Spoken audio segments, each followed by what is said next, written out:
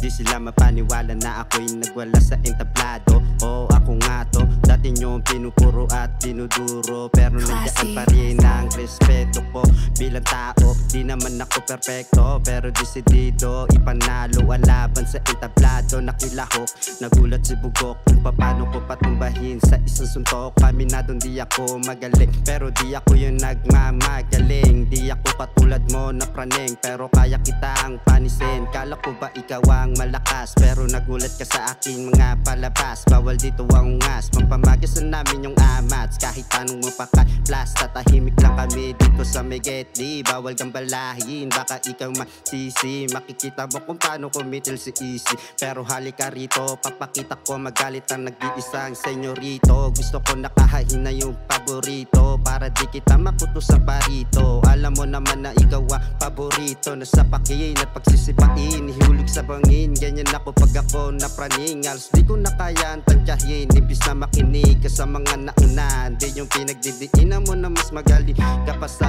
kanila. Oo na, magaling ka mambilog ng ibang tao, pero dito mo yan subukan sa hood ko. Pagtatawa-tawanan ka lang nila, para ka lang tanga. Pero alam ko naman na ayaw mong malamangan, pero ikaw na gumawa ng paraan kung paano kita lamangan, na hindi ako nahihirapan. Pasensya na kung ganito ako mag-isip, na may katotohanan, na may kasiguraduhan, na walang alinlangan. Dito makikita kung paano manipulain ng ibang nasa kapangyarihan ng katotohanan, kung paano lumaban ng isang taong walang kasalanan, pero napag-iinitan, pero napilitan na lumaban. Kaya malabo nyo na tong pigilan, dito ko na rin nilalaan ang aking kagustuhan.